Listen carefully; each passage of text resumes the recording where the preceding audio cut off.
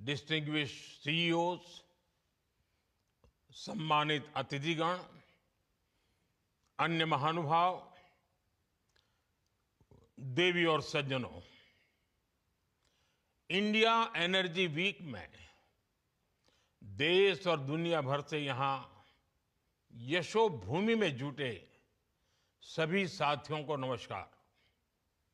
आप सभी सिर्फ एनर्जी वीक का हिस्सा भर नहीं है, आप भारत की एनर्जी एम्बिशंस का महत्वपूर्ण हिस्सा है।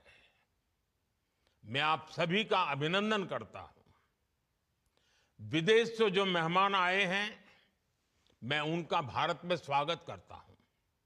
साथियों, दुनिया का हर एक्सपर्ट आज कह रहा है कि 21वीं सेंचुरी भारत की सेंचुरी है। भारत अपनी ही नहीं, दुनिया की ग्रोथ को भी ड्राइव कर रहा है और इसमें हमारे एनर्जी सेक्टर की बहुत बड़ी भूमिका है।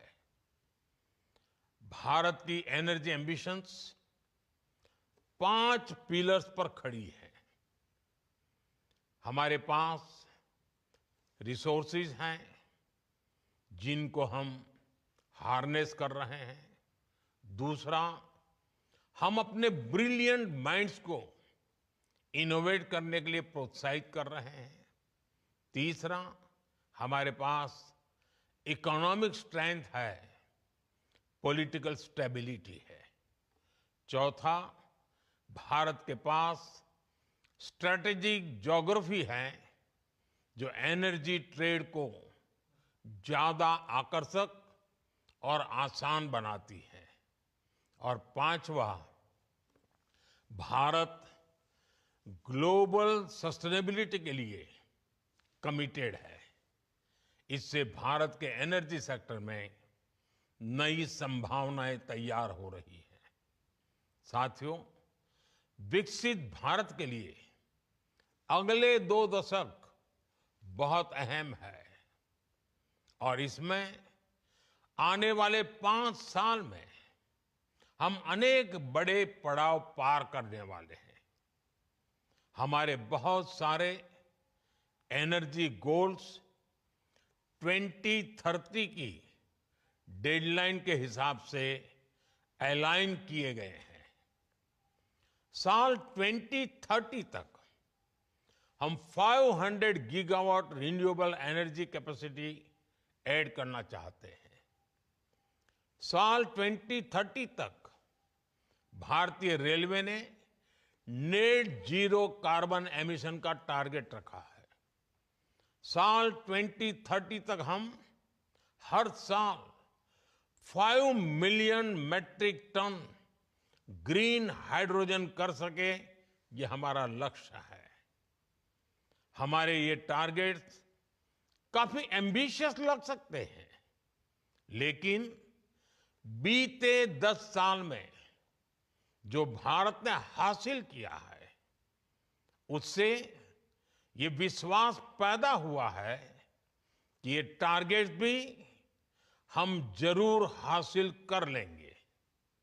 फ्रेंड्स, बीते 10 साल में भारत 10th लार्जेस्ट से 5th लार्जेस्ट इकोनॉमी बना है।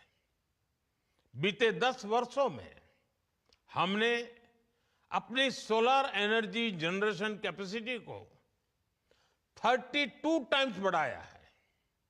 आज भारत दुनिया का तीसरा सबसे बड़ा सोलर पावर जनरेटिंग नेशन है। हमारी non fossil fuel energy capacity 3 गुना बढ़ी है। भारत G20 देशों में पेरिस समझौते के लक्ष्यों को पूरा करने वाला पहला देश है। भारत कैसे अपने लक्ष्य समय से पहले प्राप्त कर रहा है, इसका एक और उदाहरण है इथेनॉल ब्लेंडिंग। आज भारत 19% इथेनॉल ब्लेंडिंग कर रहा है। इससे फॉरेन एक्सचेंज की सेविंग हुई है और सब्सटेंशियल फार्मर रेवेन्यू जनरेट हुआ है। साथ ही CO2 एमिशंस में सिग्निफिकेंट कट भी आया है। हम अक्टूबर 2025 से पहले ही 20% इथेनॉल मैंडेट अचीव करने की राह पर है। आज भारत की बायोफ्यूल्स इंडस्ट्री तेजी से ग्रो करने के लिए तैयार है। हमारे पास 500 मिलियन मैट्रिक टन्स का सस्टेनेबल फीडस्टॉक है। इंडिया की G20 प्रेसिडेंसी के दौरान ग्लोबल बायोफ्यूल्स अलायंस बना और लगातार एक्सपांड हो रहा है।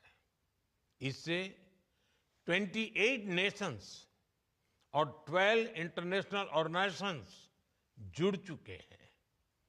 ये वेस्ट को वेल्थ में ट्रांसफॉर्म कर रहा है और सेंटर्स ऑफ एक्सीलेंस सेट कर रहा है।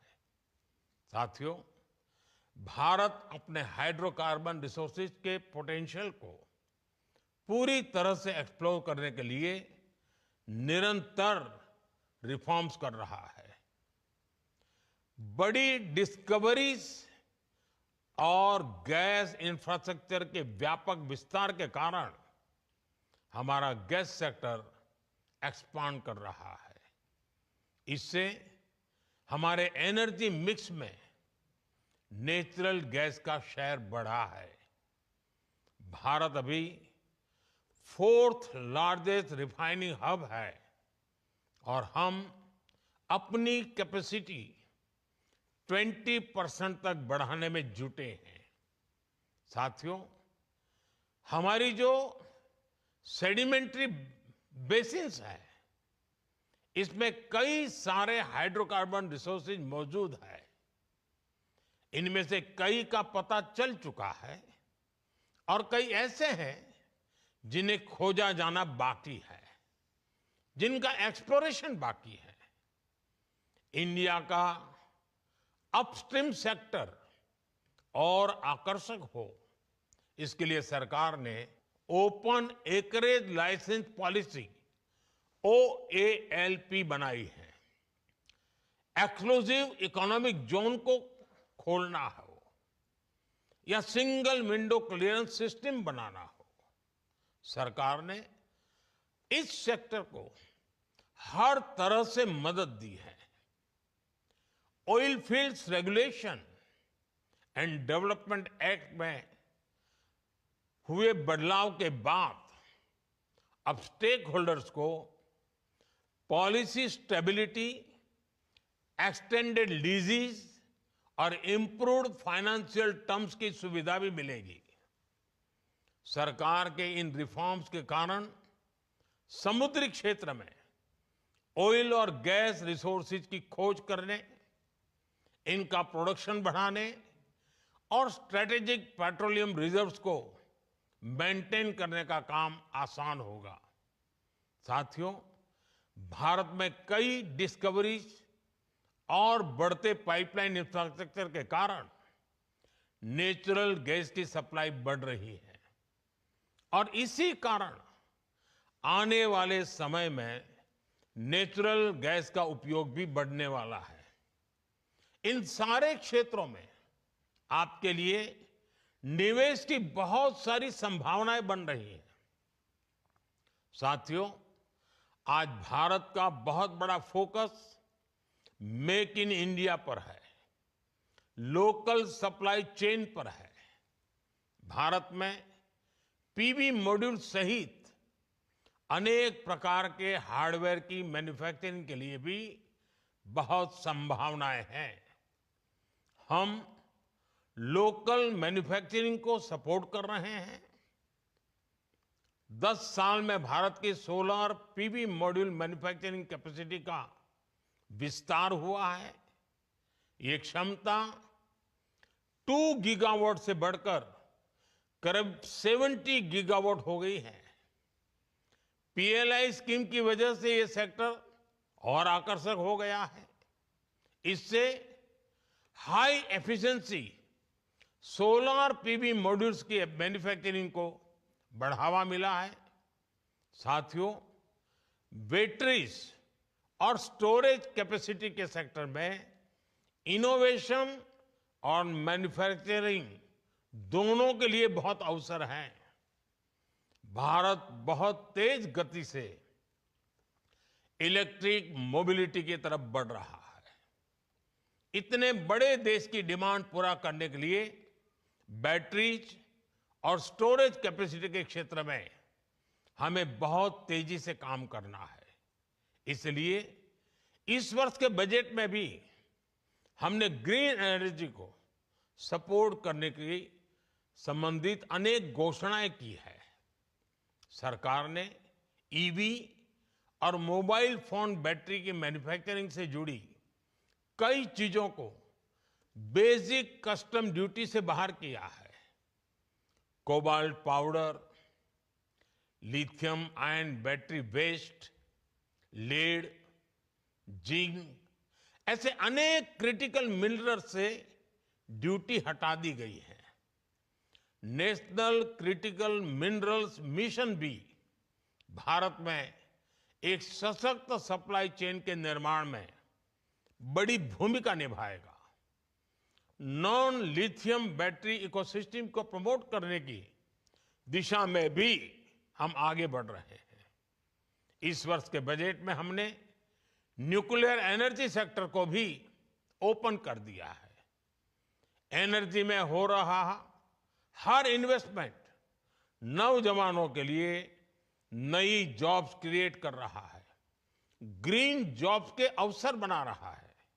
साथियों, भारत के एनर्जी सेक्टर को मजबूती देने के लिए हम इसे जनता की पावर से लैस कर रहे हैं। हमने देश के सामान्य परिवारों और किसानों को ऊर्जा दाता बनाया है। बीते साल हमने पीएम सूर्यघर मुफ्त बिजली योजना शुरू की। इस योजना का स्कोप सिर्फ एनर्जी प्रोडक्शन तक ही सीमित नहीं है। इसमें सोलर सेक्टर्स में नई स्किल्स बन रही हैं, नया सर्विस इकोसिस्टम बन रहा है और आपके लिए निवेश की संभावनाएं भी बढ़ रही हैं। साथियों, भारत ऐसे एनर्जी सॉल्यूशंस देने के लिए कमिटेड है जो हमारी ग्रोथ को एनर्जाइज करें और हमारे नेचर को भी एनरिच करें। मुझे विश्वास है इस एनर्जी वीक से भी इस दिशा में कुछ ठोस रास्ते निकलेंगे। मुझे उम्मीद है कि आप सभी भारत में बन रही हर संभावना को एक्सप्लोर करेंगे। आप सभी को बहुत बहुत शुभकामनाएं। धन्यवाद। तो इंडिया